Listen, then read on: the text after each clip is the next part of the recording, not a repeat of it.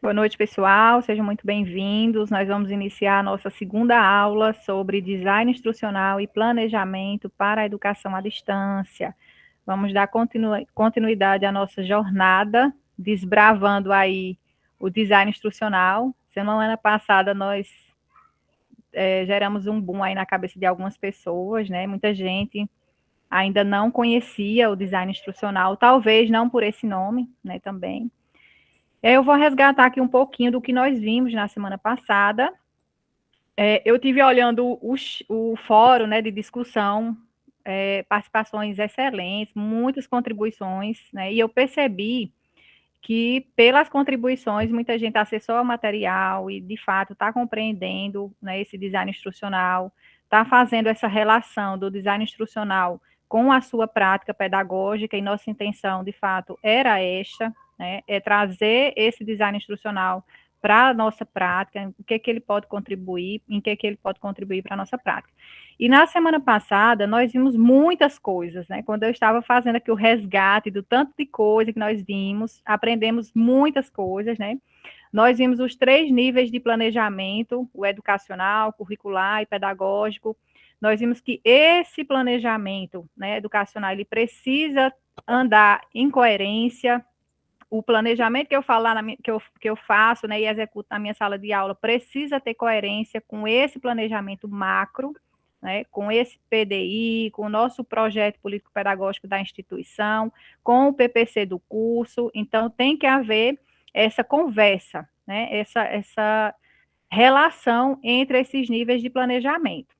Nós conceituamos o design instrucional, né, nós vimos que o design instrucional ele é um processo intencional e sistemático de planejar, desenvolver e aplicar métodos, técnicas, atividades e materiais a partir dos princípios de aprendizagem e instrução, e que esse processo visa favorecer a aprendizagem. Então, nós vimos que, de alguma forma, nós, professores, já usamos um pouco desse processo, ainda que não seja de forma intencional ou explícita, né? Mesmo que a gente não diga, estou fazendo aqui um processo de design instrucional, mas nós utilizamos técnicas dessa metodologia, né? Desse processo de planejamento, certo?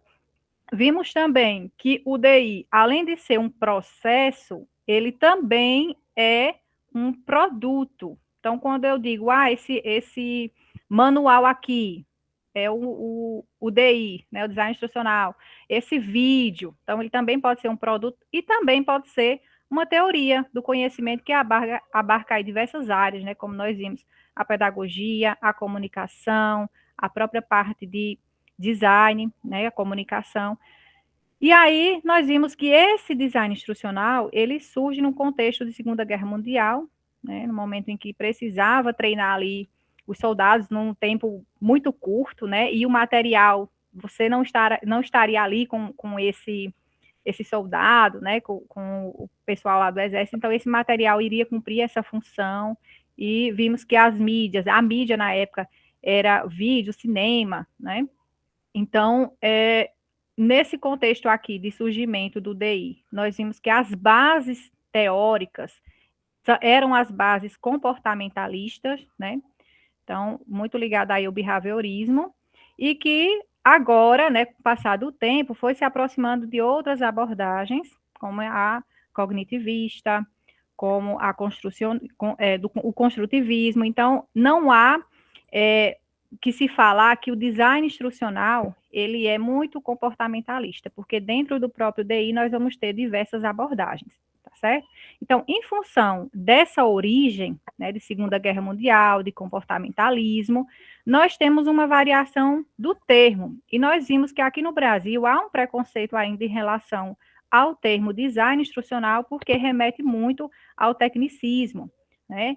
A esse contexto do comportalismo, né, de surgimento lá na Segunda Guerra Mundial. Nos Estados Unidos isso não é um problema, né?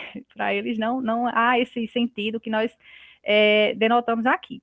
Então, aqui no Brasil, nós vimos que há uma preferência por desenho pedagógico, design educacional, e na própria CBO, o profissional, né, o designer, ele não é designer instrucional, ele é designer educacional.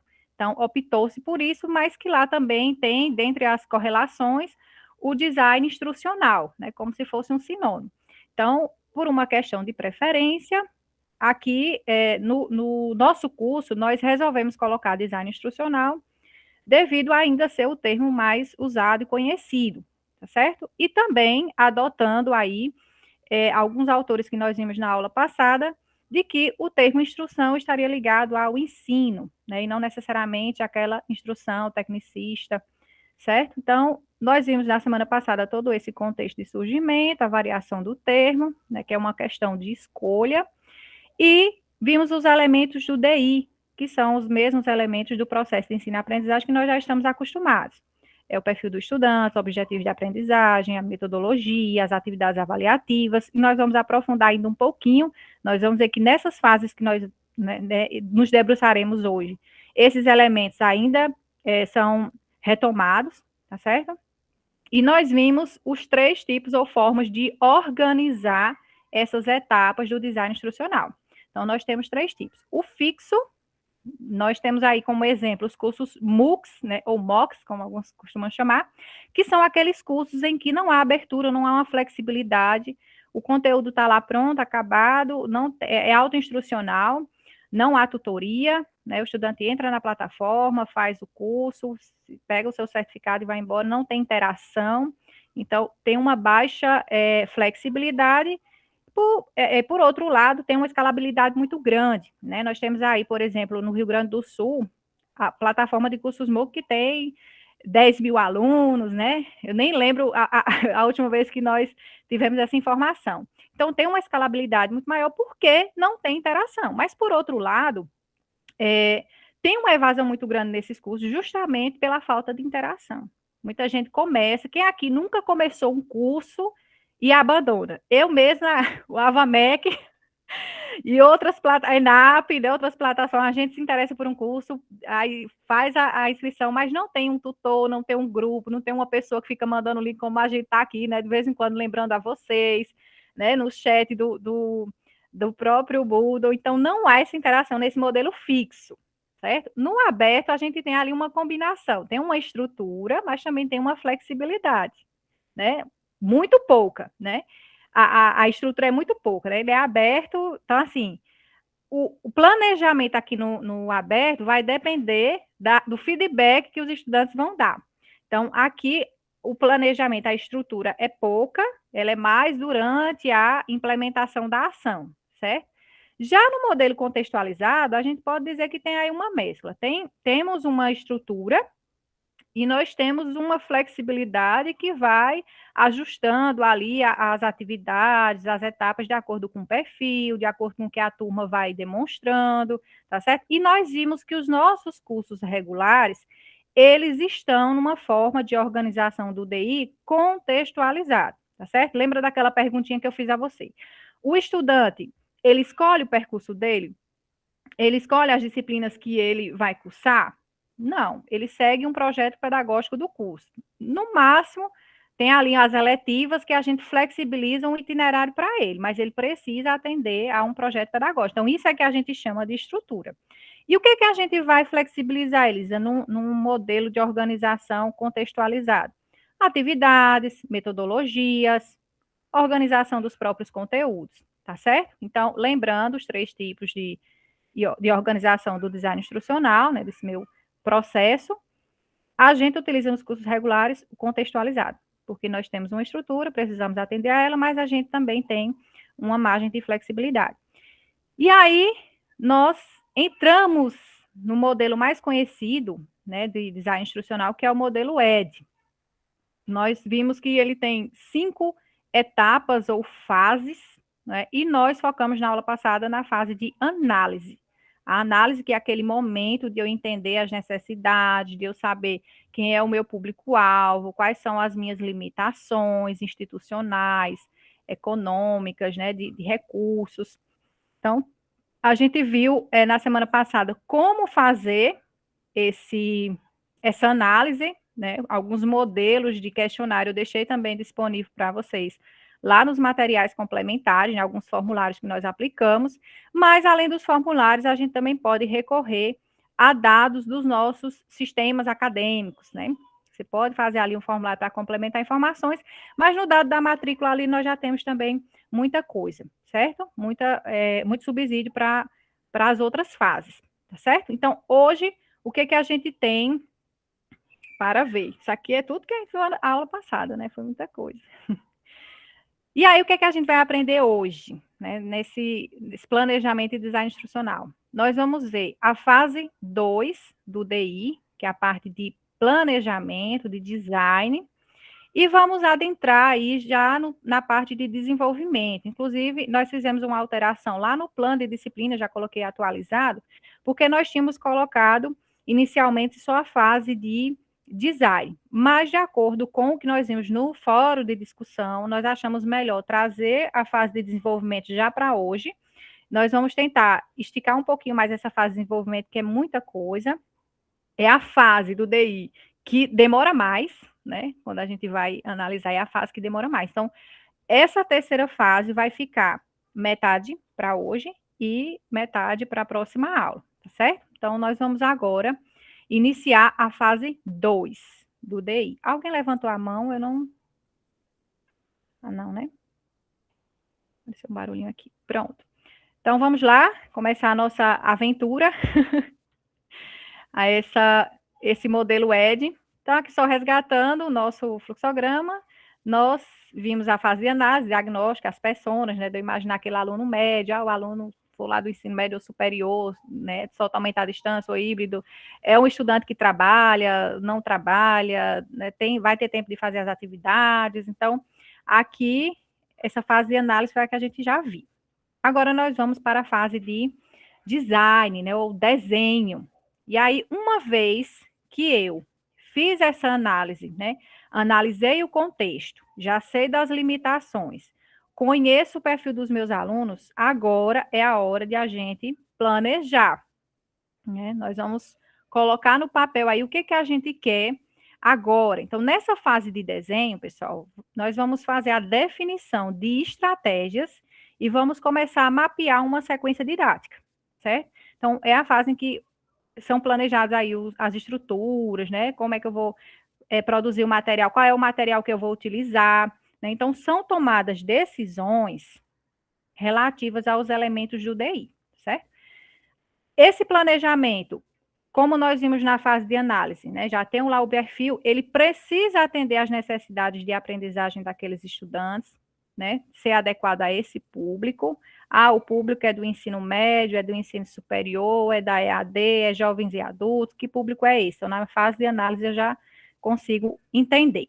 Então, agora eu vou ter que fazer esse planejamento para atender esse público. E tenho que levar em consideração o contexto institucional, né? É uma instituição pública, vou ter recursos, como é que minha disciplina vai ser estruturada, ou o meu curso, né? E aqui a gente, mais na frente, vai detalhar de que forma esse contexto, né, que aqui entra também o projeto pedagógico do curso, vai entrar em ação. Certo? Então, nessa fase de design ou de planejamento, nós vamos tomar decisões relativas aos elementos do DI. Como eu falei para vocês, os elementos do DI vão estar presentes aí do início ao fim do modelo ED. Então, é o momento em que a gente vai pensar quais são os objetivos de aprendizagem, quais são as estruturas do conteúdo a serem trabalhadas, o conteúdo é por módulo, é por aula, de que forma eu vou organizar esse conteúdo, qual é a duração estimada, quais são as formas de interação, as estratégias para avaliar, quais são as mídias que eu vou utilizar, quais são os tipos de atividade, né, que nós vamos também utilizar. Então, eu vou começar a pensar de que forma eu vou estruturar esses elementos do DI. E aí, eu trouxe aqui algumas questões norteadoras, né, dessa fase. E a gente vai relacionar com as atividades de design, as atividades do próprio DI. Primeiro, quais são os resultados de aprendizagem desejados?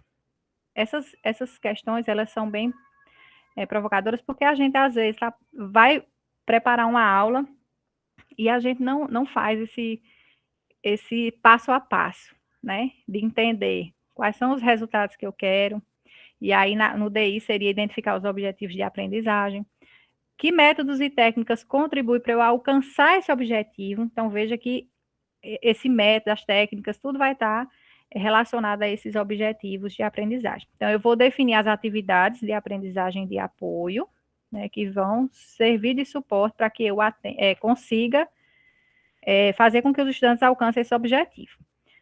Quais são os conteúdos necessários para a realização das atividades de aprendizagem? Aí eu vou mapear, estruturar e vou sequenciar esses conteúdos.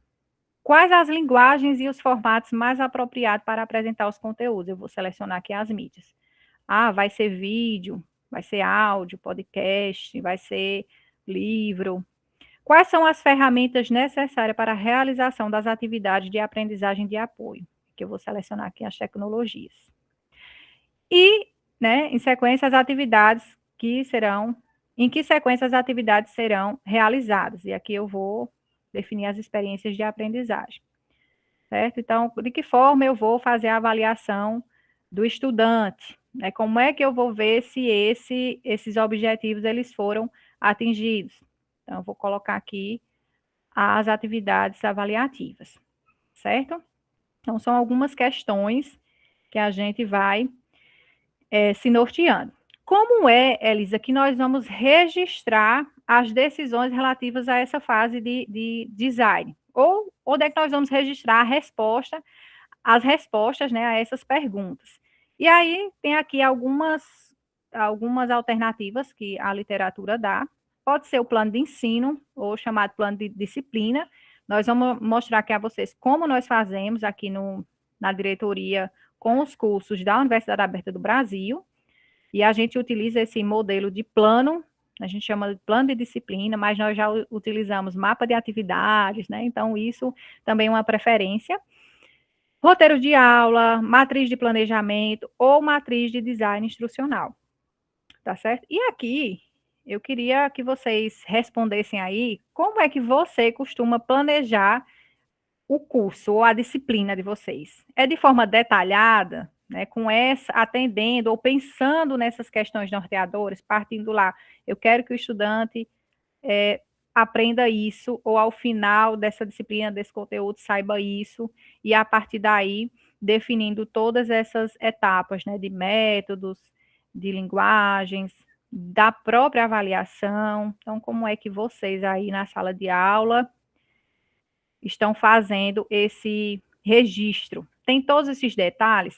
E eu digo, pessoal, porque às vezes a gente, de uma turma para outra, eu fiz o meu plano, no próximo ano eu estou com a mesma turma, e às vezes a gente não faz esse processo, né, de analisar. É uma turma nova, então eu tenho que fazer uma análise novamente, né? Eu tenho que conhecer essa turma, eu tenho que refazer esse plano para atender às necessidades desse público, né, a um novo contexto.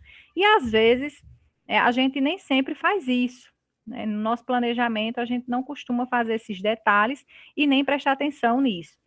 De muitas coisas que eu já li e que já participei sobre o design instrucional, a maior contribuição que eu vejo as pessoas falando em relação a isso é de você refletir sobre o processo, de você fazer esse exercício de prototipação, que muitas vezes a gente não faz, né, quando está ali imerso na rotina, no dia a dia, com 20 aulas, né, por semanais.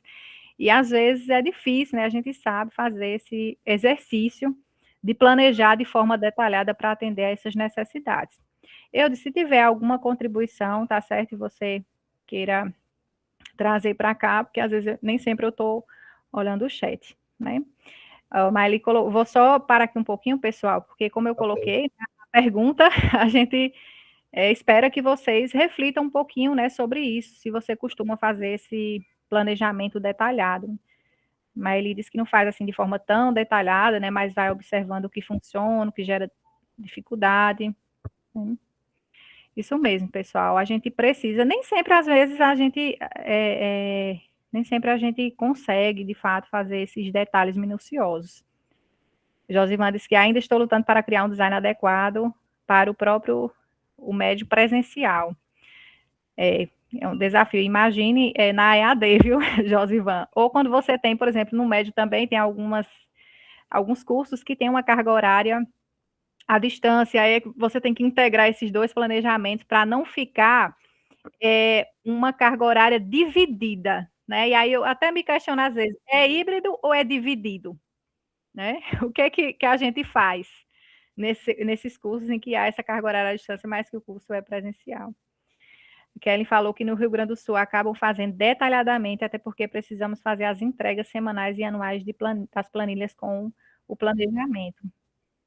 Quando há assim um controle maior, né, de algumas políticas, de fato, precisa fazer esse detalhamento. Nos cursos, por exemplo, vinculados à Universidade Aberta do Brasil, que há uma equipe que auxilia também, eu vou mostrar aqui para vocês como a gente faz, tem todo esse detalhamento do planejamento, tá certo? Como muita gente diz que faz, né, com detalhes. Que bom, pessoal, porque assim, quando a gente faz colocando já os atores, né, quem é que quem vai fazer o quê, os objetivos, detalhando para atender às necessidades, o processo ele tende a ser, não digo mais leve, mas assim, mais tranquilo, né? Porque você já colocou, já previu muita coisa. Mesmo a gente sabendo que durante a execução podemos mudar, né? Até porque nós temos aí, mais uma vez frisando, um design contextualizado. Ô, Josivan, pode falar. Olá, boa noite. Eu acredito que essa linguagem, né, da educação à distância no seu design instrucional, talvez ajude também a melhorar a linguagem do planejamento na modalidade presencial. Porque, por exemplo, no próprio plano de curso, né, se você tem lá os eixos, né, para a ementa, né, destacando objetivos, né, metodologia, a parte mais de fundamentação, avaliação, é muito comum trazer num único eixo, por exemplo, de metodologia, apenas aquelas descrições mais gerais, né? Por exemplo, utiliza-se habilidades ou estratégias de metodologias ativas. Pronto. Ou seja, não diz muita coisa, né, de como é que aquela disciplina acontece, como essas aulas acontecem, porque você tem um universo, praticamente, que constitui essas metodologias ativas, né?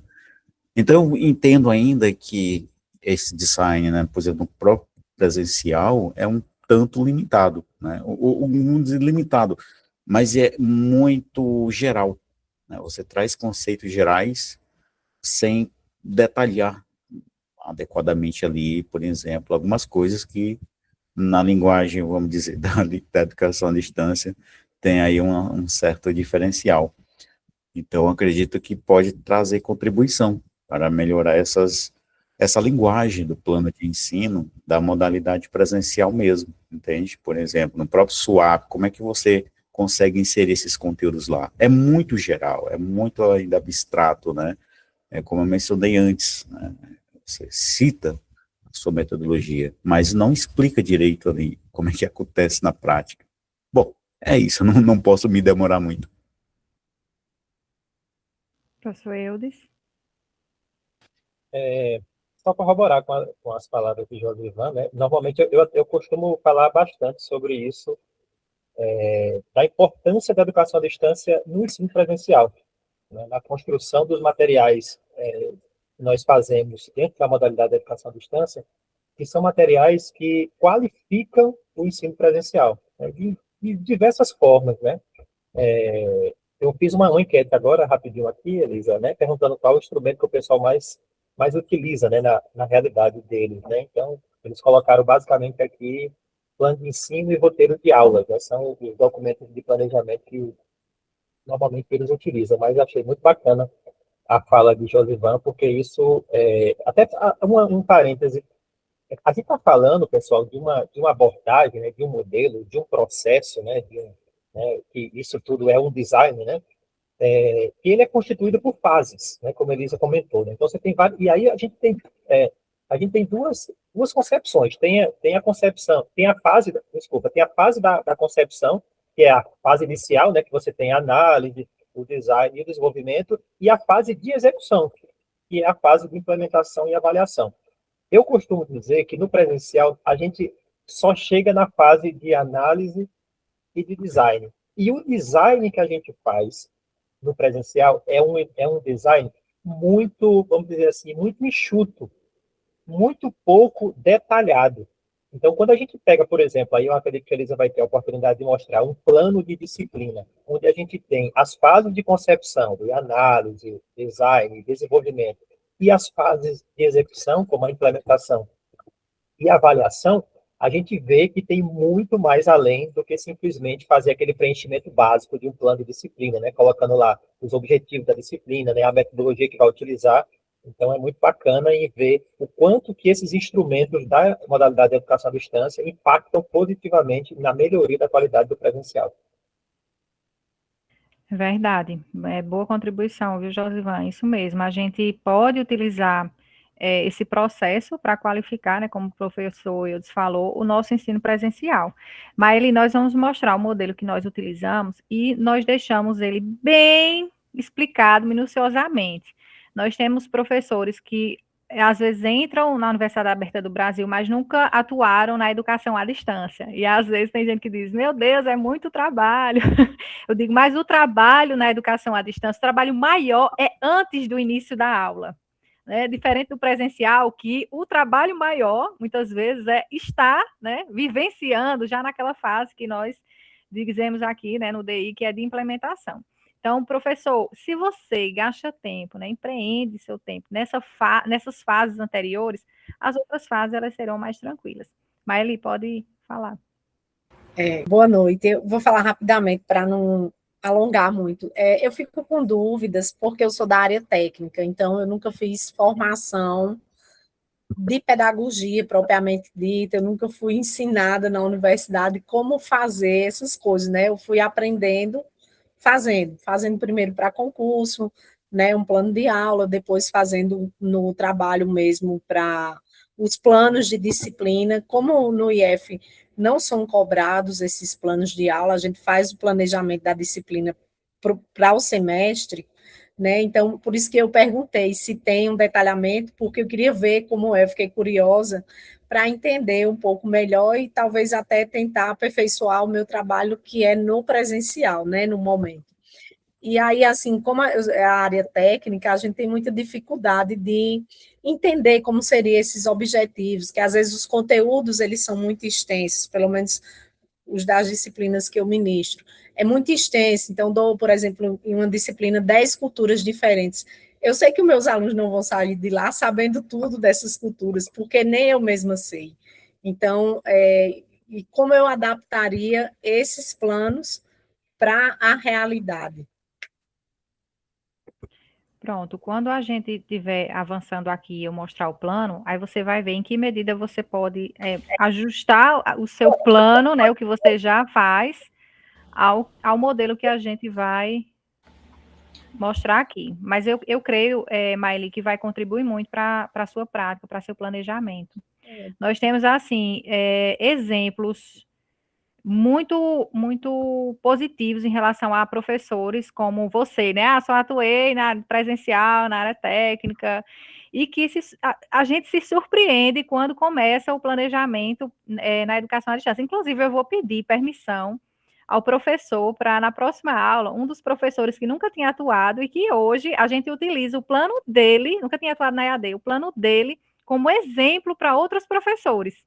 Né? A gente dá um modelo já bem estruturado, detalhado, mas aí tem gente que às vezes tem dificuldade de transpor, né? De colocar aquilo para a sua área específica. E aí ele conseguiu e a gente utiliza como um exemplo. Então, eu acho que você vai gostar. José Lopes.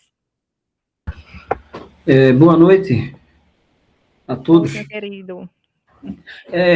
Sobre MOOC, tive uma experiência em 2016, quando estava na GRE Metrosul, que é a Gerência Regional da Educação do Estado, e aí a gente fez em 2016 uma transferência de tecnologia de uma plataforma educacional do Centro de Informática para o governo do Estado de Pernambuco. Inclusive foi lançada com o secretário e o presidente da ABED, Frederico Lito, e outras pessoas, que foi uma plataforma com um trabalho que a gente começou em 4 escolas, se ampliou para 95, e de repente foi para o estado todo, para 1.100 escolas, para 1 milhão de alunos.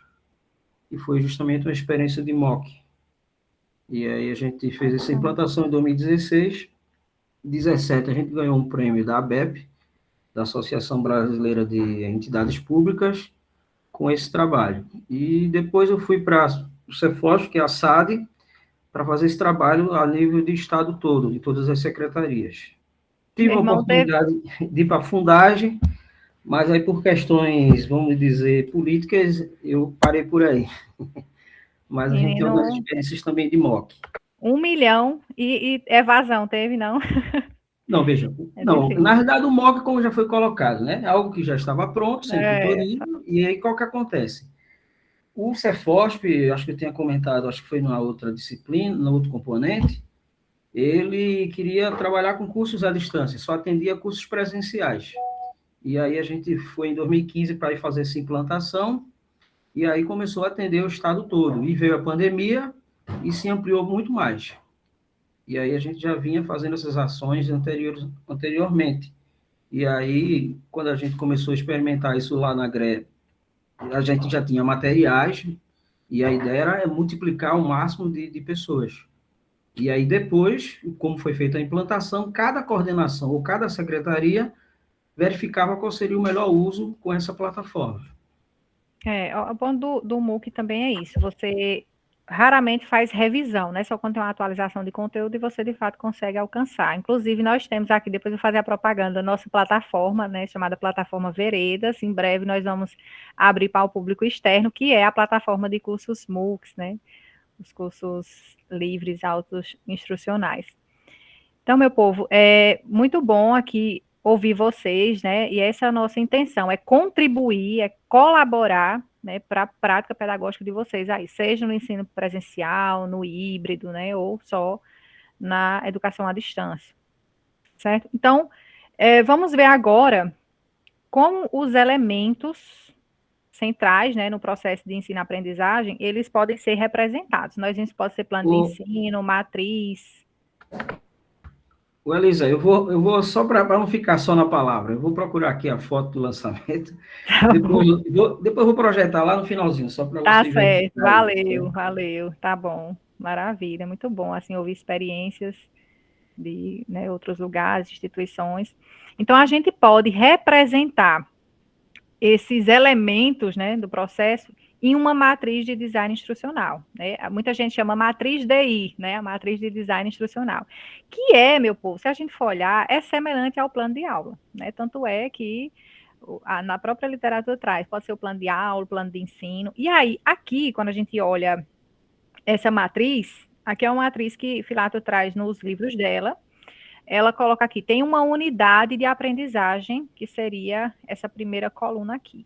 Elisa, o que seria essa unidade de aprendizagem?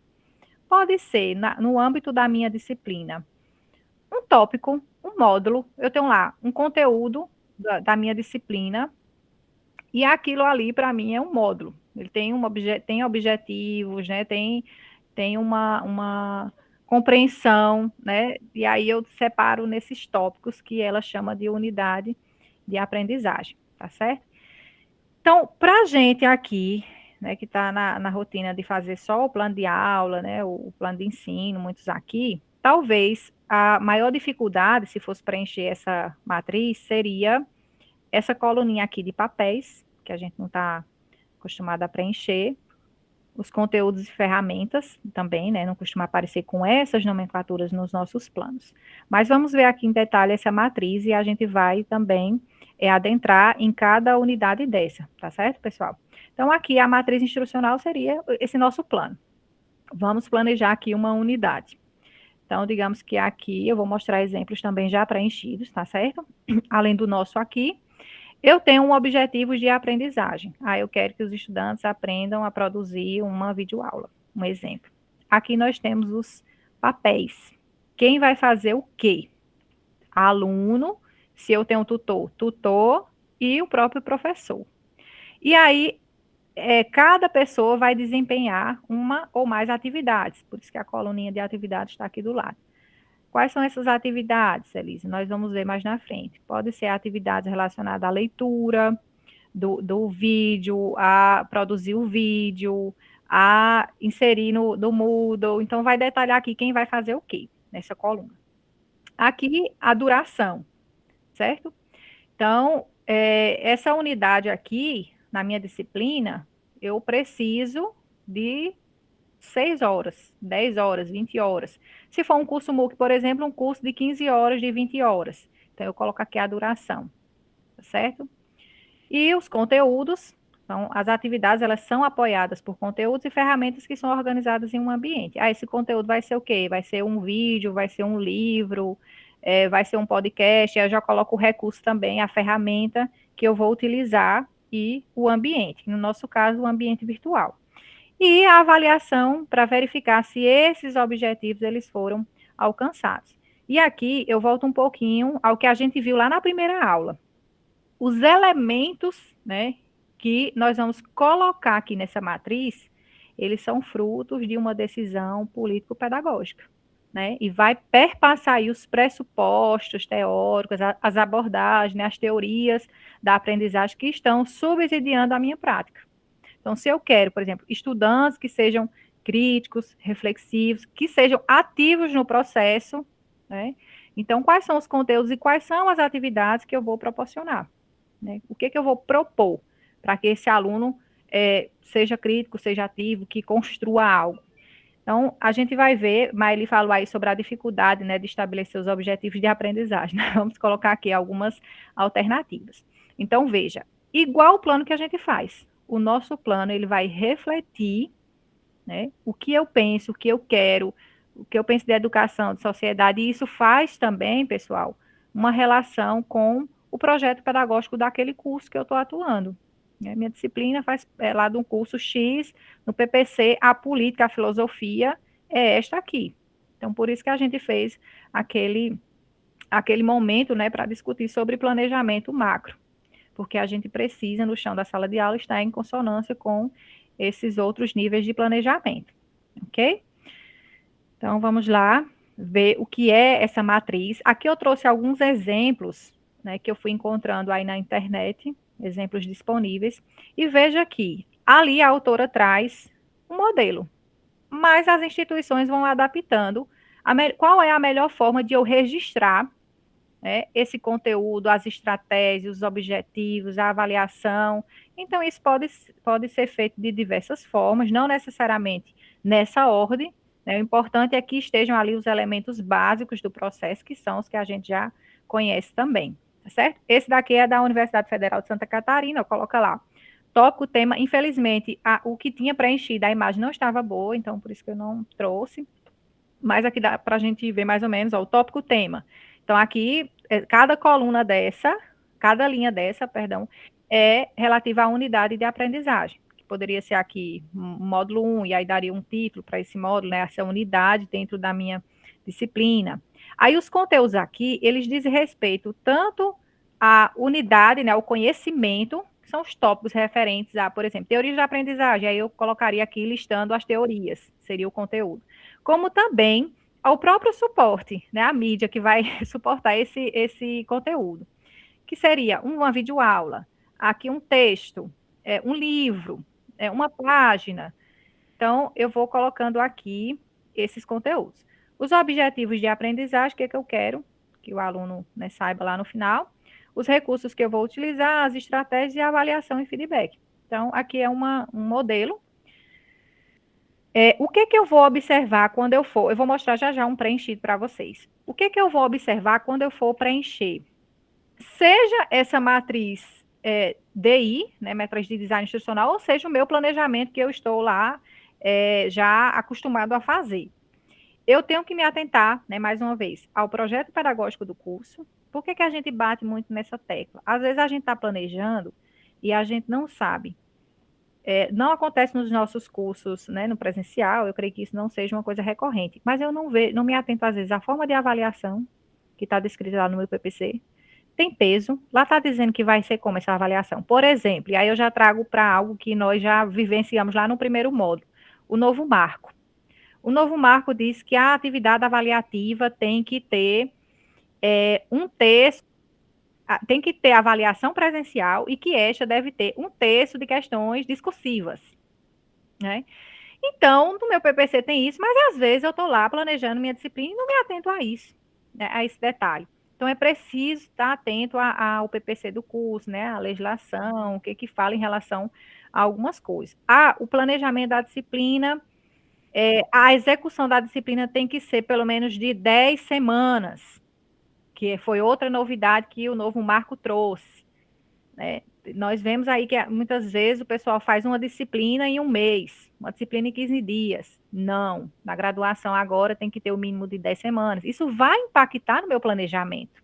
Isso vai impactar na ordem dos conteúdos, como é que eu vou organizar essas unidades dentro dessa minha disciplina, certo? Então, como é que é essa organização do conteúdo? É aula, é semana, é módulo? Nós temos cursos da pós-graduação da Universidade Aberta do Brasil que optou por semana, outros por aula, né? E o que é essa aula? Né? É uma aula como essa e pronto? Né? Não, nós vamos ver que não necessariamente é só uma aula lá, né? Mas de que forma eu vou organizar esse conteúdo? A previsão de atividades presenciais obrigatórias, se houver, eu vou ter que incluir lá na minha matriz. Vou ter que incluir lá no meu planejamento, certo? E aqui já entraria, por exemplo, a avaliação presencial. Tem extensão? Eu já vou ter que prever também no meu planejamento como é que eu vou organizar essa extensão. Tem encontros síncronos obrigatórios? Essa disciplina, eu já vou ter que colocar também nesse planejamento. Como é o calendário e o cronograma do curso? Qual é a data de início e fim da minha disciplina? Para eu me organizar e fazer a distribuição e divisão nessa matriz, né? E qual é o ambiente virtual que eu vou utilizar? Porque eu preciso saber quais são os recursos que eu posso utilizar no ambiente virtual. O Moodle, por exemplo, traz uma imensidão e que vocês vão ter a oportunidade de ver em outro módulo, do que a gente pode fazer dentro do Moodle, né? Então, isso é o que a gente tem que observar para fazer um planejamento que atenda às minhas necessidades, mas que seja possível de se fazer isso, né? Que às vezes não adianta a gente colocar tudo lindo, maravilhoso, mas que na prática não vai ser possível, certo? Então, vamos lá. Preciso me atentar a isso na hora de fazer o meu planejamento, né, o meu design. E agora nós vamos para como é a primeira coisa, né, que tem lá, depois da própria unidade, na matriz de design instrucional, é a definição dos objetivos de aprendizagem. E aí, os objetivos é o que eu quero, né, que o aluno saiba lá ao final da minha unidade ou da minha disciplina, tá certo? Ao final desse conteúdo aqui, dessa unidade, desse módulo da disciplina, eu quero que ele saiba o quê? E aí, para escrever, pessoal, esse objetivo de aprendizagem, você vai usar um verbo, que vai representar a ação, certo? E um objeto dessa ação, um substantivo, uma locução, né, substantiva que geralmente utiliza, tá certo? Que vai descrever quais são os conhecimentos que se espera que o aluno construa. Por que é importante frisar isso? Infelizmente, apesar de ser uma coisa muito da rotina do professor, na hora de escrever esses objetivos, muita gente tem dificuldade de colocar nessa forma, né? O verbo, no infinitivo, muita gente não coloca assim. Então, é importante que a gente frise isso, tá certo? Vou parar aqui só um pouquinho para ver os comentários, se tem alguma relação. Pronto, eu vou falar daqui a pouco da taxonomia. Como o planejamento é adelida com os imprevistos do cronograma? No presencial há sempre imprevistos que afetam o planejamento inteiro em termos de datas. Né? Paralisação, faltou água na escola, e aí a gente vai ter que refazer esse planejamento. Na EAD, a gente já tem essa flexibilidade, né? Não deu certo hoje, vamos marcar outro dia. Mas também, né, como o Eudes colocou aí, acontece. O AVA saiu fora do ar, acontece muito, era dia de avaliação, o que a gente faz, né? E aí a gente vai ter que reabrir prazo, né? Internet, tudo isso acontece. De vez em quando nossos sistemas param, né? O swap fica tudo fora do ar, e por coincidência, sempre é o início de uma disciplina ou finalização de outra, em algum curso nosso aqui, tá certo? Então acontece também. E aí o que a gente tem é que refazer o cronograma, né? É ampliar os prazos, né? Infelizmente, imprevistos acontecem, na EAD não é diferente. Certo? Agora vamos lá para uma das formas de a gente, um dos esquemas, né, mais conhecidos para a gente definir esses objetivos de aprendizagem é a famosa taxonomia de Bloom, né? E aí, minha gente, a taxonomia de Bloom, ela divide opiniões. Eu não sei aqui quem já trabalhou, mas daqui a pouco eu tenho uma pergunta específica para vocês. Mas é um dos esquemas mais conhecidos para a gente definir esses objetivos de aprendizagem. Essa taxonomia, ela é uma ferramenta aí, né, muito clássica, e que ela vai classificar os objetivos de aprendizagem em diferentes níveis de complexidade cognitiva, tá certo? Qual é a vantagem de se utilizar a taxonomia? É porque ela vai proporcionar uma base para a criação de instrumentos de avaliação e também de estratégias diferenciadas. Então, se eu coloco aqui, né, vamos para a representação gráfica aqui da taxonomia. Se eu coloco aqui, por exemplo, que eu quero que o meu aluno crie algo, eu vou ter que fazer atividades, isso vai impactar no meu planejamento. Eu vou ter que proporcionar estratégias e atividades que façam com que ele crie algo, né? Se eu quero que ele classifique, como é que ele vai fazer isso? O que é que eu vou proporcionar? Então, a gente tem aqui os objetivos de aprendizagem do domínio cognitivo. É importante também dizer que, além desse domínio cognitivo, na taxonomia, nós temos aí o domínio afetivo, né, e psicomotor, que nós não trouxemos aqui, vamos nos ater ao domínio cognitivo. Essa taxonomia, ela foi revisada, né? Bloom é lá de 1956, quando foi formulada a taxonomia. E foi no momento, né, como nós vimos na aula passada, de muita efervescência das teorias comportamentalistas, né, do behaviorismo. Então, ele está muito associado às teorias comportamentalistas. Daí vem essa aversão de muitos educadores a essa taxonomia, porque ele vai organizar uma estrutura de 6 categorias. Cada categoria é um nível diferente de complexidade cognitiva, que vai do menos complexo, ver se eu consigo marcar aqui, do menos complexo para o mais complexo, tá certo? E aí muita gente critica por quê? Ah, se está aqui compreender, mas para ele fazer, ele vai ter que compreender, como se fosse assim. Ou às vezes ele na criação, ou no que ele denomina aqui um nível mais superior, ele também atinge o que está aqui. Então, não necessariamente teria essa hierarquia. Mas é uma forma, e a gente não poderia deixar de apresentar a vocês, é uma forma de a gente estabelecer esses objetivos, tá certo? Então, foi criada lá em 1956, estava associada ao behaviorismo, né? Por isso tem essas críticas, mas a gente precisava trazer. Em 2000, teve essa revisão, né? Uma forma de tornar mais prático, mais alinhada ao século XXI. E aí nós temos essas 6 categorias, né? Nós podemos relacionar os objetivos de aprendizagem do domínio cognitivo com os diferentes tipos de conhecimento. Aí nós temos aqui o conhecimento factual, o conceitual, o procedimental e o metacognitivo. Pode falar, Josivan. Essa questão do verbo justamente é necessário levar em conta, porque às vezes um verbo mal escolhido ou mal elaborado afeta todo o trabalho, né? E eu trago isso para, por exemplo, em análise de projetos de pesquisa. Então, um projeto, às vezes, que está muito bem encaminhado, mas que traz fragilidades ali nos seus objetivos, né, geral e específico, praticamente vai ter um problema na parte metodológica e vai ter problema, claro, nos seus resultados, né, por causa desses verbos.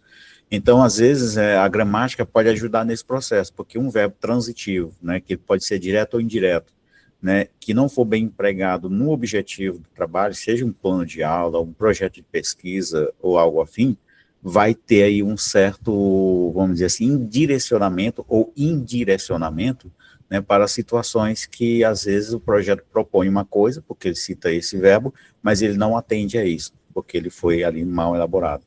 Então, observar a questão da transitividade ou intransitividade dos verbos, né, independentemente da conjugação dele no infinitivo, vai trazer aí um certo impacto no processo que deve ser feito, né? Seja a parte pedagógica ou da própria pesquisa.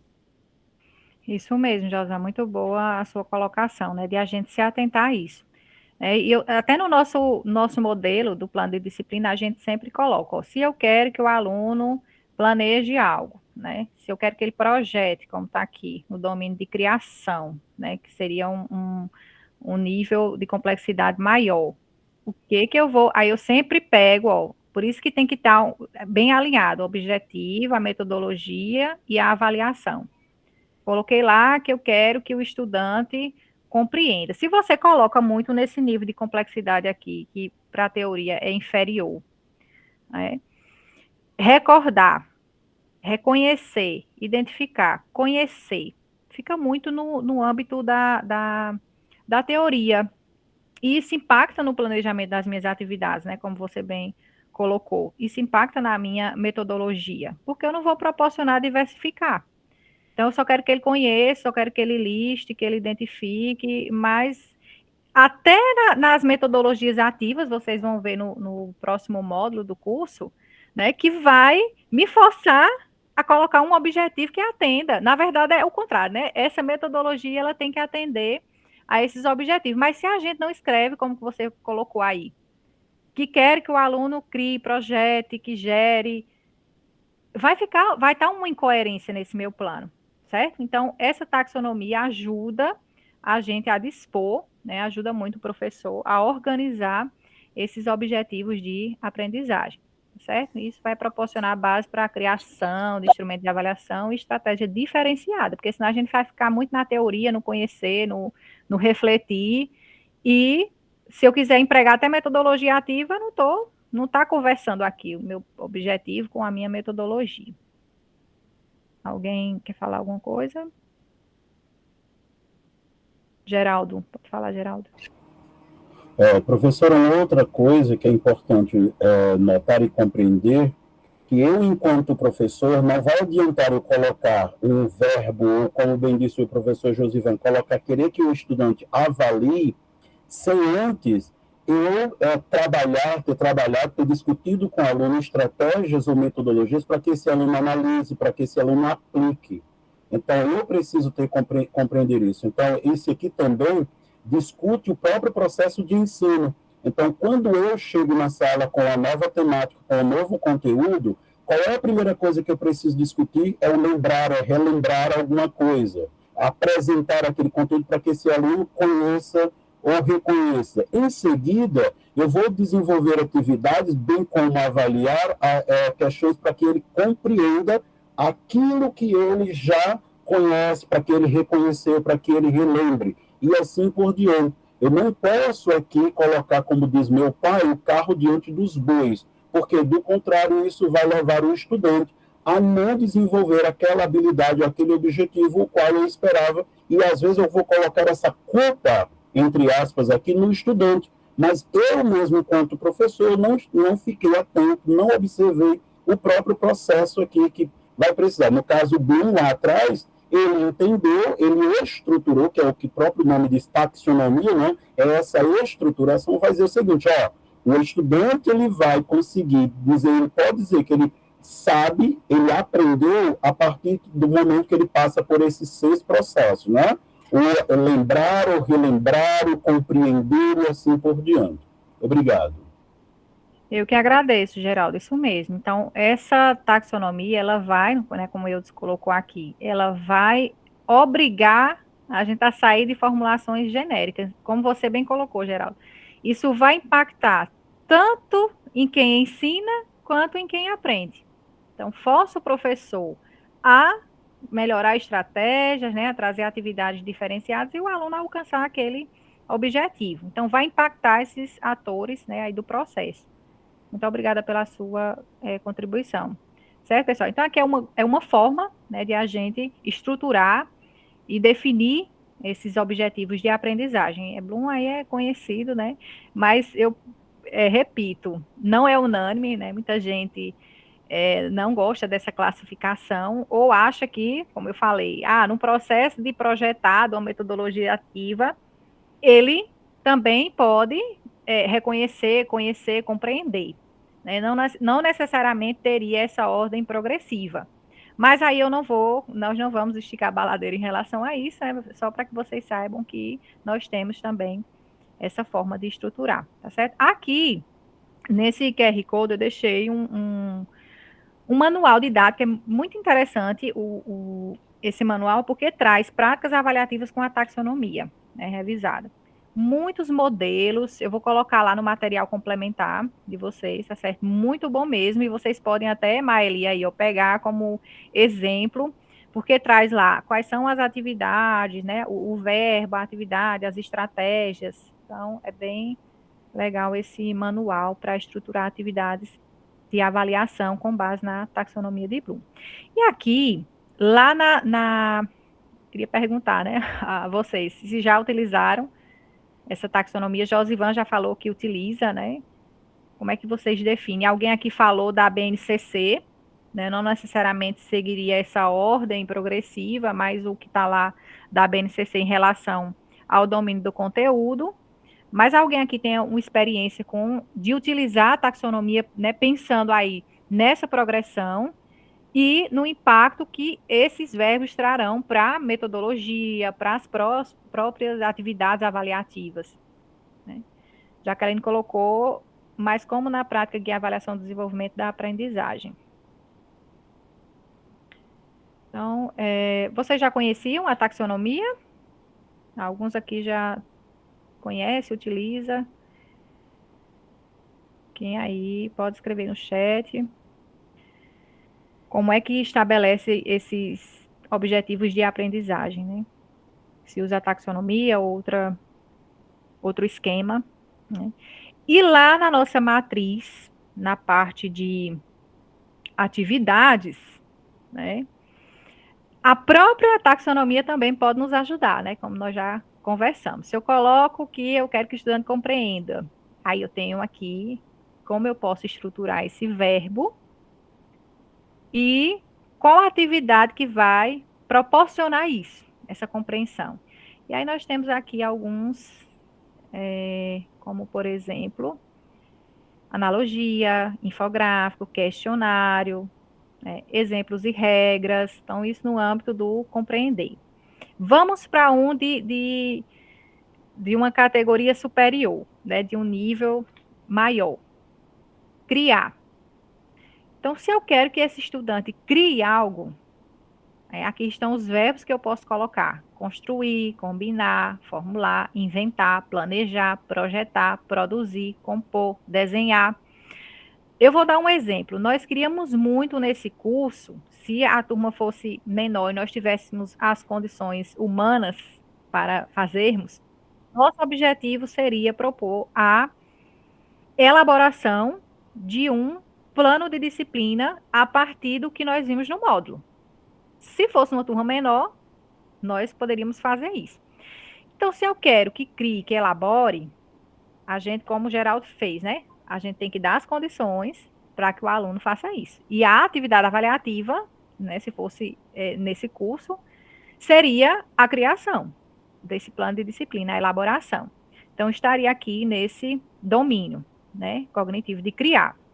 E aqui tem as formas: o projeto, a apresentação de slides, brainstorm, modelagem, protótipo, produção escrita em vídeo ou áudio, é o famoso mão na massa, né? Então, seriam essas atividades que eu poderia utilizar, né, para que o estudante termine o curso ou a disciplina com esse domínio, certo? Então, aqui a gente tem, no âmbito de avaliar, está um pouquinho pequeno, né? Depois vocês pegam o slide, aumentam um pouquinho aí. Aqui vocês têm como, no próprio Meet, dar uma ampliadazinha aí, tá certo? No de avaliar, a autoavaliação, né, também é uma forma. Um júri simulado, né? Vou colocar aqui um debate. E aqui tem os verbos que eu posso escrever lá nessa minha matriz ou nesse meu plano relacionado a essa unidade. Tem uma unidade ali de produção de videoaula. Eu quero que o aluno crie. Então, eu vou colocar aqui. Aí eu quero que nessa unidade aqui, o objetivo O que eu quero que o estudante lá ao final faça é avaliar se o design instrucional trouxe ou traz melhorias para a prática. Então, eu vou ter que colocar atividades que direcionem para isso, tá certo? Aqui a gente chama de rota de planejamento de atividades. É só uma representação visual desse alinhamento da categoria do nível cognitivo, que é essa partezinha aqui, mais escura, certo? E aí os verbos e as atividades propostas para atingir esses objetivos, ok? Vamos para frente. Em relação às atividades de aprendizagem, nós podemos classificar aqui em atividades pela atenção, né, atividades de aprendizagem. O estudante aprende com atividades pela atenção e pela ação. Como assim, Elisa? Tem atividades que a natureza é mais discursiva, né, que direciona a atenção do aluno para a compreensão de conceitos e informações. Lá nesse próprio mapa aqui, né, nessa roda, a gente pode ver, certo? Que tem, de acordo com o domínio, atividades que é mais pela atenção. Então, quais seriam? Assistir, ler, aprender alguma coisa. A instrução é direta, com explicações entregues explicitamente. Na próxima aula, nós vamos ver detalhado como é que a gente pode fazer essa instrução, esse detalhamento, tá certo? Não vai dar para essa não, mas aqui é só para vocês entenderem. Elisa, e as atividades pela ação? São as de natureza mais prática, requerem participação ativa do aluno. Qual tipo? Debater, investigar, explorar, experimentar. E aqui entra as famosas metodologias ativas. A instrução indireta propõe a atividade e o estudante vai aprender ali praticando ativamente, investigando, tá certo? E aí eu faço uma pergunta. Qual é a diferença da atenção pela ação? As duas engajam? Eu posso fazer com que o estudante se engaje numa atividade, por exemplo, que é só de atenção? Disponibilizei lá um livro para ele ler, e aí como é que eu faço esse engajamento? Se não é uma metodologia ativa, não é uma aprendizagem baseada em problemas, em projetos, não é a sala de aula invertida, né? Não é uma atividade pela ação, é uma atividade pela atenção. Natureza mais discursiva, é para assistir um vídeo, é para ler, é alguma coisa. Eu vou dizer a vocês, a gente tem como organizar de forma que proporcione esse engajamento, tá certo? Mas as duas, elas são passíveis de engajamento. Não é só a famosa metodologia ativa, né? Aí, um exemplo que eu vou dar aqui, mas que a gente vai maturar mais na próxima aula é, quando a gente está fazendo a leitura de um livro, a gente pode passar o olho ou fazer ou se engajar ali, né? Fazer uma leitura mais engajada, mais atenção. Qual é a diferença? Passar o olho e, como o professor diz, nem estudar de verdade. Na EAD, como eu poderia fazer com que esse estudante leia de forma engajada um texto, né, com ação? Quem aí pode... A pergunta de 1 milhão. Como despertar a participação ativa e o engajamento do aluno numa atividade pela atenção?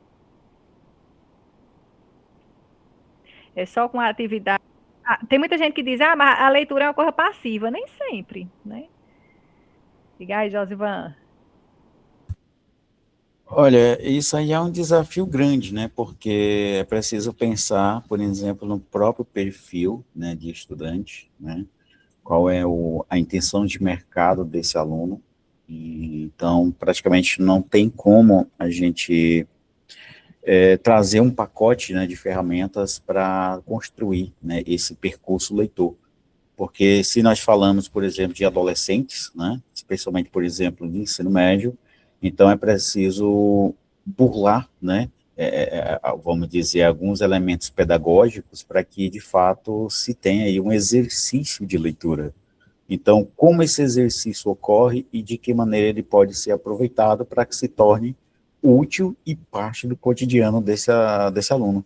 Porque as pessoas leem todos os dias, né? As pessoas leem bastante, mas o que elas leem, é útil, traz contribuição, porque você está na aula, o aluno está lendo, né? Se você não tiver cuidado, ele está lendo ali as suas postagens de WhatsApp, ele está lendo as coisinhas ali de rede social, e ele está lendo, né? Então, ele lê imagens, ele lê informação verbal, visual, ele lê tudo, mas é uma leitura que, às vezes, nós não temos o controle a respeito desse processo. E aí temos aquele grande desafio, né, não sei se foi meu microfone, temos esse desafio de fazer com que o aluno leia literatura, para que ele leia alguma coisinha ali de Machado de Assis. E aí? Né? Ah, mas isso é ruim, isso é chato, eu quero ler outras coisas aqui interessantes, né? Então, como é que nós podemos trabalhar essa pedagogia do convencimento, né? Que é um processo também um tanto persuasivo ali.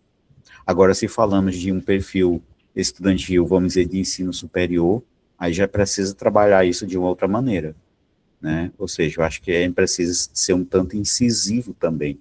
Às vezes chega um aluno para mim, né? Professor, eu preciso ler, eu sei que eu tenho, mas eu não gosto. E eu fiquei imaginando, olha, nesse caso, nós temos que trabalhar isso. Como é que você vai fazer pesquisa no seu curso? Como é que você vai fazer seus trabalhos? Então, olha, o começo é você tentar, né, fazer um convencimento dessa leitura por meio de coisas que fazem aqueles arrodeios, naquilo que de fato chega a ser necessário.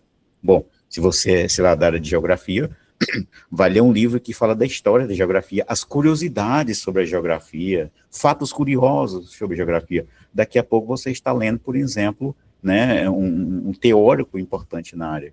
Você começou aos poucos. Agora, se a gente chegar direto já com um texto lá de, sei lá, de filosofia, uma coisa mais teórica, vai causar susto, né? Não vai dar. Eu lembro que uma vez eu estava eu sempre tive uma vida muito sedentária, eu caminho 200 metros, eu quase que precisei chamar um táxi para ir embora, porque eu não aguentei voltar, porque tipo, minhas pernas doíam, eu não aguentei, foi sério. O segundo dia eu já fui mais longe, no terceiro fui mais longe ainda, e aí eu percebi, ó, se eu exercito a leitura e eu ter essa facilidade para entender melhor os textos quando eu leio mais, então a mesma coisa com o exercício físico, né? Quanto mais eu treino, meu corpo dói menos. Então, acho que é preciso trazer esse convencimento, né, para o aluno. Eu demorei demais, e aí, desculpa pelo tempo. Não, sem problema. E aí, você trazendo essas questões, né, do presencial, eu fico imaginando ali que, às vezes, no momento da aula, você está com o aluno, reserva o tempo para, vamos discutir, ler esse texto.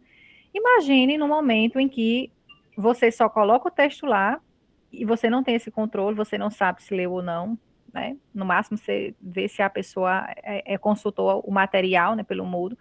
Você não tem essa clareza, né? E o que a gente pode fazer? E aí, na próxima aula, a gente vai trazer um exemplo de uma maneira de como a gente pode tornar ativa uma atividade de leitura passiva, né? Que a gente considera mais passiva. E bem observado, Josivan, porque a gente coloca aqui separado atividades pela atenção e atividades pela ação. Só que a atividade pela ação, ela perpassa também pela atenção. Independente do projeto de alguma coisa, eu vou ler. Eu preciso ler. Então, é a base de qualquer outra, né? De qualquer outra atividade, tá certo? Mas aqui seria o exemplo de, por exemplo, eu vou colocar lá um texto, um vídeo, e o que eu posso fazer para contribuir, né, com essa leitura ativa por parte do estudante? É só colocar o texto, né? E aí eu vou já deixar aqui o spoiler para a nossa próxima aula, tá certo? Nós vamos mostrar alguns exemplos de como a gente pode propiciar uma atividade de leitura mais ativa no ambiente virtual, certo? Bem colocada aí, as contribuições são muito boas. E aí, naquela nossa matriz, tem a duração, né? Observar o cronograma do curso e a carga horária da disciplina. Como é que eu vou saber, Elisa, que é a duração dessa unidade? Eu coloquei aqui uns exemplos. Se a disciplina tem 60 horas, a gente está falando especificamente de uma matriz para uma disciplina, não estamos falando de curso, certo? A disciplina tem 60 horas, eu tenho que ver o cronograma do curso. Eu já coloquei até o exemplo do novo marco, que é para a gente ir pegando o gancho já ir sair um pouco expert em marco regulatório da EAD neste curso, certo? Então, a duração mínima dos cursos de graduação, né, de disciplina é 10 semanas. Então, se eu for fazer aí a média, vai dar 6 horas semanais. Como é que eu vou estruturar essa disciplina em 10 semanas? E aí, lembra que eu falei que a gente pode, o conteúdo ele vai ser disposto, pode ser em módulos, em aulas. Ah, lá vai estar semanas. Nós vamos mostrar na fase de implementação o ambiente virtual como fica organizado. Mas vocês já têm uma noção aí pelo próprio curso de vocês, como é que a gente pode organizar, certo? Então, tem curso que organiza por módulo, outros por aula. A duração de cada unidade. Ah, se naquela minha disciplina tem 3 unidades, né, de aprendizagem, então digamos que são lá 3 tópicos essenciais da disciplina, e nós vamos ter aí, em média, 3, 4 semanas para trabalhar um tópico. Matemática discreta, né? Deixa eu ter aqui com o professor aqui de matemática. E aí, a carga horária de cada unidade, se a disciplina são 60 horas, cada unidade vai ter aí, em média, 3 semanas, vamos colocar 20 horas. Mas isso é muito relativo, porque tem unidade, por exemplo, que pode ser que dure mais, né, que requer mais leitura, mais material, é mais denso. Então, há uma variação. Coloquei aqui só um exemplo para a gente ter uma noção como fazer essa distribuição, certo? E aí vamos para a parte dos conteúdos. Os conteúdos lá na matriz vai abranger os tópicos, né? Como nós falamos, tem matemática discreta. Quais são os tópicos dentro lá de matemática discreta? Eu coloco na parte de conteúdo. Mas também, nessa coluna, eu vou falar das mídias que vão suportar esse conteúdo, certo? O livro completo. Aí tem aqui, físico ou digital. Os roteiros de estudo. Eu vou utilizar vídeos, né? Em diferentes formatos, videoaula, entrevista, documentário. Vai ter áudio, podcast, vai ter orientação para a realização de atividades. Então, nessa coluna, o que é que eu vou colocar dentre essas mídias e conteúdos, tá certo? E aqui, os conteúdos, eles serão autorais ou curadoria? Quando eu for preencher o meu plano ou a matriz, eu preciso pensar em relação a isso. Eu acho que aqui cabe um texto, uma videoaula, mas eu já tenho essa videoaula, vou precisar gravar, eu vou ter tempo de fazer esse material, o livro, então é importante pensar nessas questões quando estiver fazendo esse planejamento. E aí nós chegamos lá, de acordo com a nossa matriz de design, na parte da avaliação da aprendizagem. Lembra que lá no DI tem uma fase, a última fase é a avaliação, mas aquela avaliação é a avaliação da solução, é como se fosse a avaliação da disciplina ou do curso. Aqui na matriz, nesse plano, é a avaliação da aprendizagem, certo? E a avaliação da aprendizagem é uma coisa complexa, mas nós temos aí alguns tipos, né, de avaliação. Avaliação diagnóstica, e aí eu vou identificar quais são os conhecimentos, né, ou os níveis de desempenho prévio aí dos estudantes, antes de iniciar essa situação, que você pode fazer um fórum, né, como nós já vimos, um formulário, uma própria atividade, né, para ver o nível da turma ali dos alunos. A avaliação somativa, e aí essa avaliação, ela é lá no finalzinho, né, vocês vão fazer, por exemplo, fizeram no primeiro módulo, que eu vou pontuar, né, no final da unidade do curso, e é uma possibilidade para avançar, né, de etapa. A formativa, essa formativa, ela vai acontecer durante toda a situação didática, né, durante toda a minha disciplina. E ela, sendo feita ao longo do curso, como é para ser, ela vai retroalimentar o processo de ensino-aprendizagem. Então, se eu estou aqui, percebo que tem um conteúdo que a maioria não está aprendendo, então isso já vai me ajudar a corrigir ali a rota ou trazer mais elementos. E aí nós lembramos mais uma vez do nosso design instrucional contextualizado. Essa avaliação formativa, ela também pode me possibilitar fazer esses ajustes, né? E a metacognitiva, que vai envolver aí a autoavaliação do estudante. O aluno, ele vai monitorar a própria aprendizagem, né? Vai também fazer ajuste e adaptação à maneira com que ele está estudando e construindo o conhecimento. E na próxima semana nós vamos ver que quando você aplica formulários, né, ou alguma atividade que proporciona o estudante a fazer essa autoavaliação, é importante porque ele se vê no processo, ele se enxerga, se avalia e possibilita também fazer essas adaptações. E é importante que seja feito desde o início. Vamos agora ver na prática um modelo daquela matriz de design instrucional preenchida. Aqui a unidade de um curso para, acho que era elaboração de conteúdos, era produção de videoaulas. Então, a unidade aqui. O professor colocou os objetivos, identificar os fatores importantes na produção de videoaula e produzir um webinário. Então, aqui eu já tenho aquela, pela taxonomia de Bloom, aquele domínio cognitivo superior, né? Mão na massa, produzir. A coluna de papéis, talvez aqui, né, na nossa rotina, é só o professor e o aluno. Tá? Os cursos em que há tutores ou mediadores pedagógicos também colocaria aqui, certo? E as atividades, como nós vimos, né? Esse professor aqui, ele colocou os momentos assíncronos e os momentos síncronos. O que seria feito por cada ator, né, do processo nos momentos síncronos e assíncronos. Então, no momento assíncrono, vai disponibilizar o conteúdo no AVA. Quem é que vai fazer isso? Aí está o P de professor. Assistir videoaula, responder questionário. Tá bem como se fosse uma instrução mesmo. Momentos síncronos, webinar com entrevista com convidados sobre produção de vídeos. Os alunos podem fazer perguntas no chat. Então, ele vai dando aqui as atividades para cada ator do processo. Certo? A duração e o período são 2 semanas. Aí aqui eu volto, né? Pode ser minha disciplina, que está lá em 3 unidades. Cada unidade tem 3 semanas, naquele exemplo. Então, você pode colocar aqui semana. E é importante que se atente também à carga horária. As ferramentas, o chat do YouTube para interação, o Moodle, o Stream, YouTube, o conteúdo, que seria aqueles tópicos da minha unidade, mas também o recurso, né?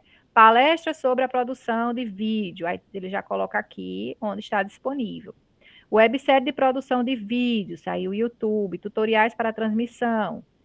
E a avaliação aqui, a avaliação da aprendizagem, para ver se aquele objetivo, que é de identificar e de produzir, ele foi atingido. Então, aqui está, a avaliação é a produção do webinário no YouTube, utilizando a ferramenta Stream. Então, o aluno teria que fazer, teria que produzir o webinar. Certo? Então, veja que tem essa coerência entre os objetivos, o que ele proporcionou, né, a atividade, as ferramentas e o conteúdo, e a avaliação para ver se o objetivo foi atingido.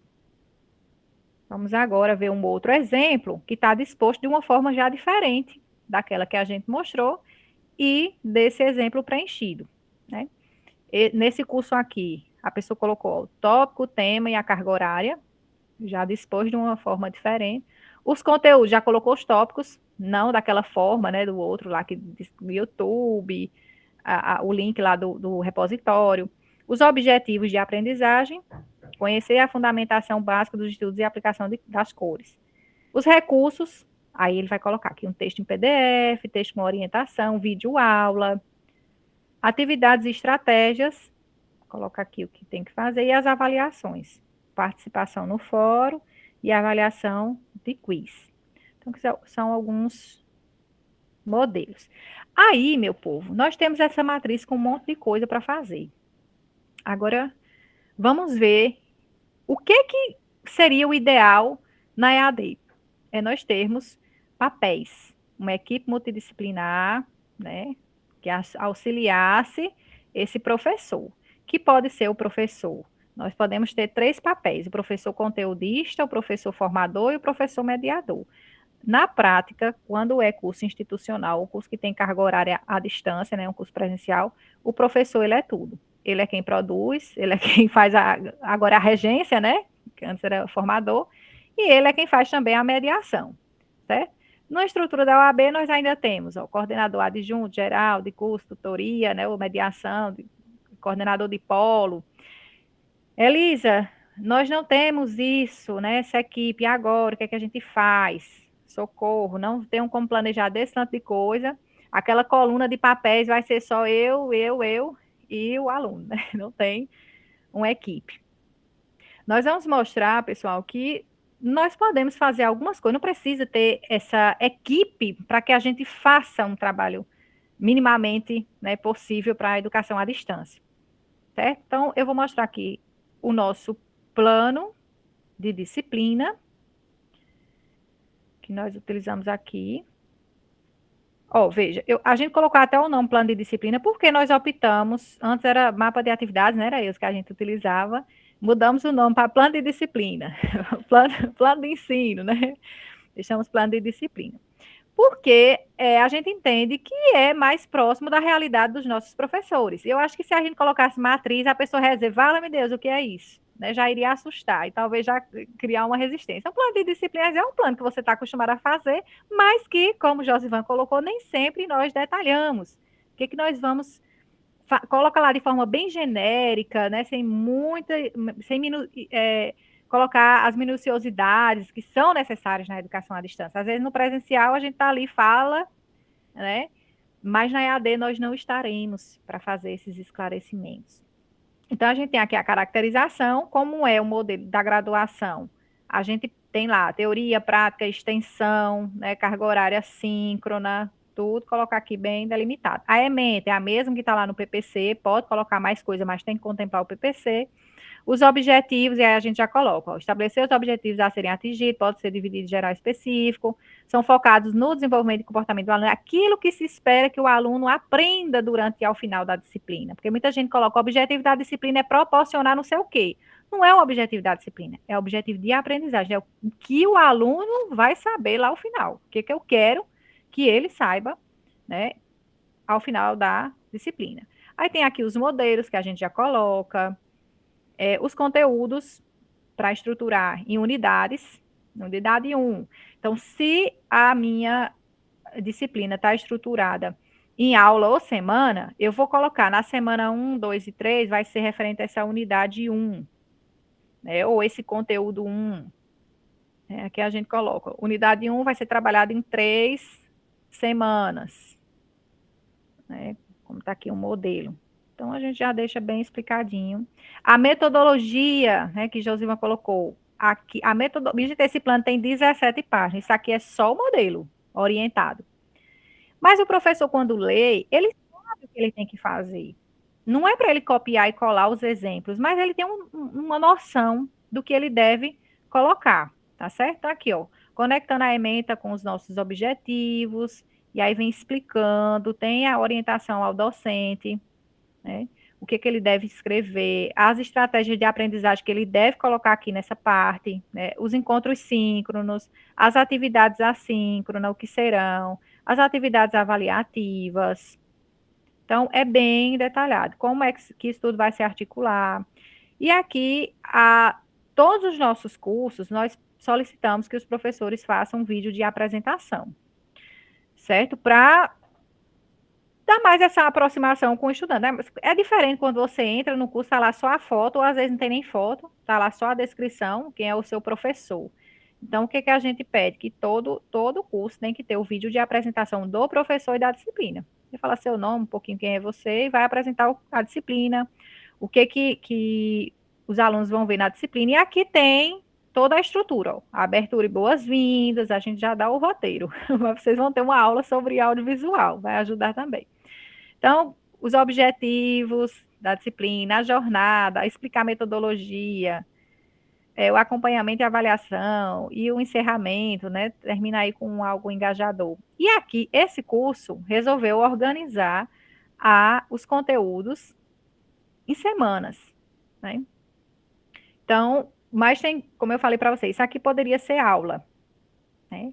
Aí tem o título da aula, que pode ser aquela unidade lá, né? Essa semana vai ser a unidade de matemática discreta. Aí aqui tem a carga horária da aula. Essa unidade vai durar 20 horas, certo? O período, aí você vai colocar lá as 3 semanas, de tanto a tanto. E você vai fazer um detalhamento. Isso aqui é como se fosse o roteiro, certo? Nesse roteiro, você vai dar uma visão geral do estudante, para o estudante, do que vai ser feito naquela aula, ou naquelas 3 semanas, certo? Vocês vão detalhar. Olá, estudante, seja bem-vindo. Essa semana nós vamos explorar tal, como é semanal, então cada semana tem esse planejamento aqui, certo? Cada semana tem essa estrutura. Carga horária, detalhamento, e aí vai aqui, ó. O roteiro de estudo da semana, e já tem aqui a chamada, ó. Você vai descrever o que o aluno vai ter que fazer. Assista a videoaula, lê o texto base. Deixa eu dar só uma aumentada aqui. Explore o material. Então, são as estratégias que a gente utiliza para engajar o estudante. Então, cada aula tem essa descrição. E aí vai, aplicando o que aprendemos, atividade da semana. Então, essa primeira parte aqui é como se fosse uma apresentação geral, situando o aluno sobre aquela unidade, aquela aula, no caso aqui, a semana. Certo? E aí ficou com dúvida, já diz os canais de interação, os canais para dúvida. A bibliografia, pessoal, aqui é como se fosse aquela aba de conteúdos. Aí a gente divide em material de apoio, como tem também no curso que vocês estão fazendo, certo? Material de apoio, são os materiais essenciais para a compreensão, né, do conteúdo da disciplina, da semana. E aqui antes nós queríamos que os professores fizessem esse material, né, fosse um material autoral, mas a gente tem que avaliar, vai ter tempo para elaborar um material de qualidade, certo? Então, se não, a gente tem aqui a indicação já da biblioteca virtual do IF Sertão, tem um tutorial de como é que você faz, acessa. Tem aqui, ó, aquela descrição que nós fizemos, ó. Tem o conteúdo e tem aqui o recurso que vai ser utilizado lá no AVA. Vai ser recurso página, vai ser recurso livro, vai ser um link. Esse glossário de termos é um link que eu vou colocar lá. Então, você já vai prototipando tudo aqui. Ah, Elisa, nesse momento aqui eu coloquei uma página, vai se chamar EAD. Quer dizer que eu vou escrever já agora nessa fase? Não, essa fase você só está colocando, prevendo o que você vai utilizar de conteúdo. A fase em que você vai desenvolver ou fazer a curadoria, mas muitas vezes nessa fase aqui você já sabe o material. Mas isso é na fase seguinte de desenvolvimento, certo? Aqui eu estou apenas planejando. Aqui eu vou colocar né, umas dicas de convivência na internet. Eu já sei que esse material eu vou ter que fazer, mas eu coloco aqui, fazer mesmo é na próxima fase, depois que eu terminar de planejar tudo aqui. E aí vem o material complementar, né, materiais a mais para compreensão e ampliação do repertório do estudante, do mesmo jeito. Eu vou colocar aqui o recurso que vai ser utilizado lá no ambiente virtual. Link da página web. E aqui, uma chamada, fique atento à ABNT, né, que a gente orienta os professores na hora de dar sempre a fonte. A atividade, cada semana nesse curso tem uma atividade, seja avaliativa ou não, né? E aí o objetivo é proporcionar ao estudante revisar, fixar o conteúdo, estimular a autoavaliação, mas sempre a gente pede que tenha alguma coisinha na semana, certo? E aqui tem o tipo de atividade, vai ser uma tarefa, vai ser um fórum, é o recurso que eu vou utilizar lá no AVA. Fórum, questionário, tarefa, jogo, certo? Se for atividade presencial, indicar que é presencial. E aqui eu vou dar orientação para o estudante, não é jogar a atividade e pronto. Eu preciso dizer o que ele vai fazer, o que ele deve fazer, o passo a passo, a data que vai estar disponível, as tentativas, a nota, os critérios de avaliação, e aí você coloca tudo aqui, para que ele saiba o que tem que fazer e de que forma ele está sendo avaliado. Então, esse plano, ele é bem detalhado, e aqui tem uma aba de encontro síncrono. Como é um curso que tem encontro síncrono semanal também, a gente sempre coloca esse tópico para o professor colocar um resumo, o que, vai ser debatido no encontro, né, fazer aquela chamada, disponibilizar o link e também colocar a gravação, certo? E aí, pessoal, nas outras semanas você vai repetir é a mesma estrutura, certo? Só que você vai planejar semana a semana. Como se fosse o planejamento de vocês no presencial, só que muito mais detalhado, ok? Alguma pergunta em relação a isso? Eu acho que não vai dar tempo você falar nada não, Eudes, hoje. Estamos chegando aqui ao fim da... A gente tinha combinado, era, Lisa, em 1h30 você falava 45 minutos e eu falava 45 minutos, né? Mas foi muito bom, assim, as contribuições Foi ótimo. do pessoal, né? Eu vou só voltar aqui para a apresentação. Então, assim, a gente conclui essa fase concluímos a fase de análise na aula passada e agora a fase de desenho, né, de estruturação de todo esse processo num plano de disciplina ou numa matriz, né, num plano de aula, como queiram chamar. Deixa eu ver aqui se está... Eu vou só... Eu pensando que estava apresentando, é. Eita, pessoal, é muita coisa, assim, às vezes a gente pensa que 1h30 vai dar, mas não deu, não. Pronto. Só voltar aqui para a apresentação.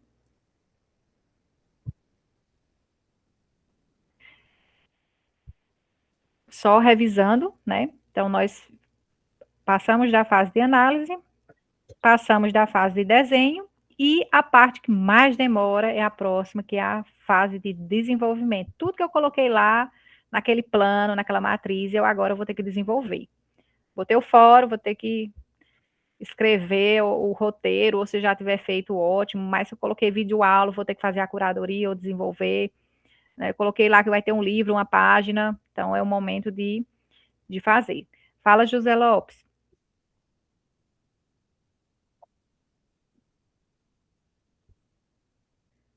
Pessoal, alguma pergunta em relação Sim, é que legal que eu falei, eu consegui garimpar. Você achou? Poderia liberar só 2 minutinhos a apresentação aí? Sim, fica à vontade. Tá bem.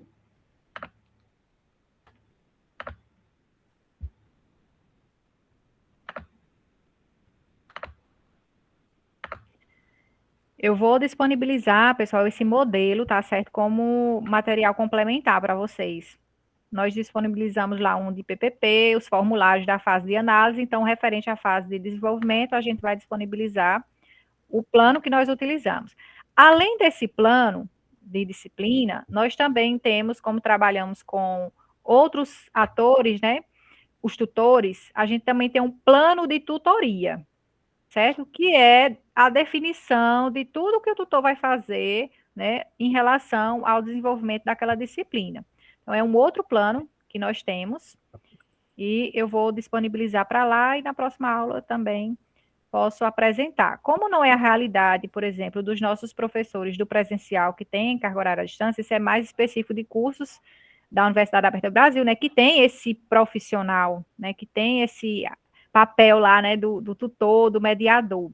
Mas, em relação àquela planilha, que lá define os papéis de cada um, nós optamos aqui por fazer o plano de disciplina que o professor planeja, né, a disciplina, e o plano de tutoria, o professor vai pegar aquela semana 1 e vai colocar lá no plano de tutoria. O que é que o tutor vai fazer em relação à semana 1?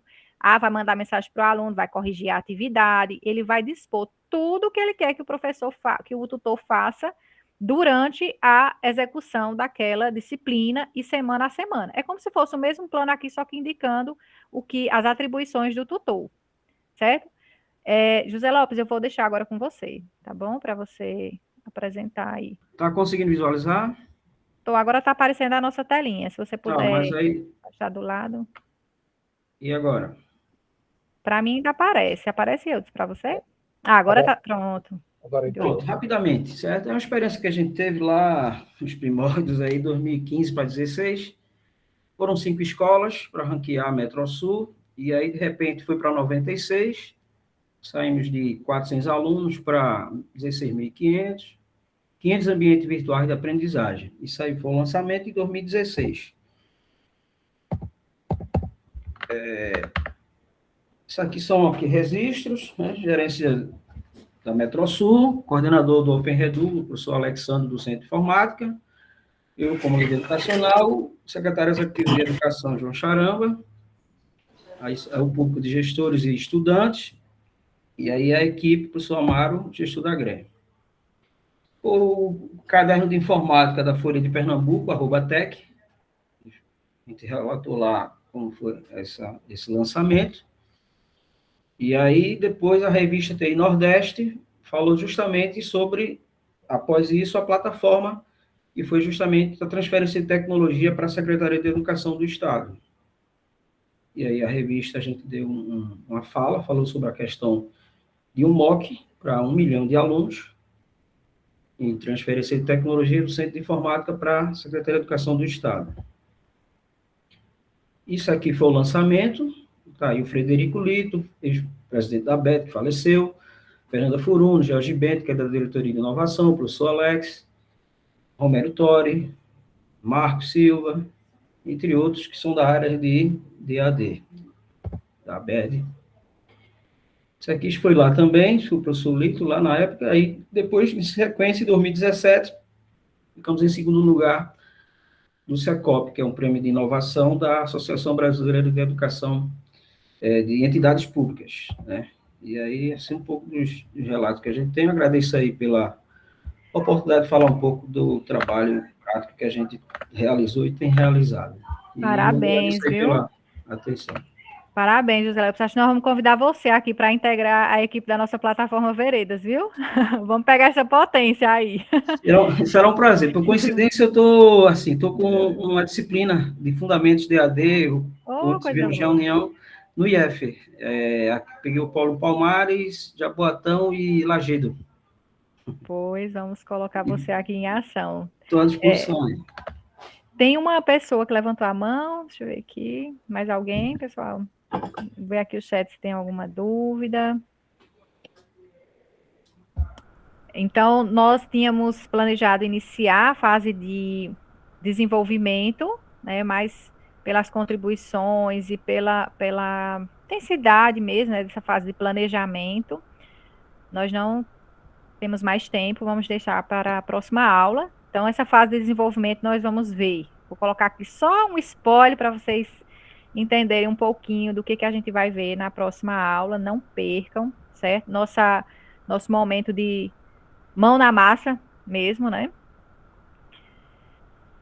Só um minutinho aqui. Então, a gente vai ver como é que a gente faz um texto didático, um material didático de qualidade, como é que a gente faz a curadoria, o que a gente tem que observar quando for fazer essa curadoria, os repositórios que a gente indica, as características desse texto didático, e vamos mostrar aqui para vocês alguns exemplos práticos, inclusive exemplos que nós utilizamos na própria disciplina, né, no próprio módulo, certo? Aqui alguns exemplos já aí que vocês podem utilizar na elaboração, porque às vezes a gente olha e diz, meu Deus do céu, eu vou ter que fazer desse tanto de material, eu não tenho esse suporte de tanta equipe, de tanta gente que nós vimos, né? Sou eu sozinho, mas é possível fazer um material de qualidade, ainda que sozinho, né? Nós temos alguns recursos. Eu agradeço, né, as discussões, as contribuições de vocês no momento de hoje, eu acho que foi bastante produtivo. Vamos deixar, né, o plano de disciplina já está, acho que falta só deixar visível para vocês, a apresentação também. Lembrando que na próxima aula nós vamos dar continuidade com a fase que mais demora, que é a fase de desenvolvimento dos materiais, certo? Como é que a gente faz esses materiais, Elisa, não sou formada em design, não entendo de comunicação, nunca atuei na EAD, mas não se preocupe que nós vamos dar dicas práticas. Professor Eudes, vou passar para você dar suas contribuições. Você hoje não teve vez nem voz, mas na próxima aula você entra em cena, viu? Tranquilo, Elisa. Excelente aula. Eu prometo, viu, que eu vou deixar. Não, fique tranquila. Não, pessoal, só agradecer mesmo, tá, pela participação de vocês, né? Não perca, como a Elisa colocou, a próxima aula, a gente vai abordar, até aqui a gente abordou dentro do modelo análise e design, e a partir da próxima aula a gente vai já trabalhar na parte do desenvolvimento, né, que é a construção propriamente dita, né, do curso, né, da disciplina, né, do componente curricular, a parte onde vocês verão como que vai produzir os vídeos, os textos, enfim, todas as mídias que vocês podem utilizar dentro do curso, tá bom? Então, até a próxima aula para cada um de vocês. Tenha uma excelente noite. Tchau, tchau, pessoal. Vou encerrar aqui a gravação.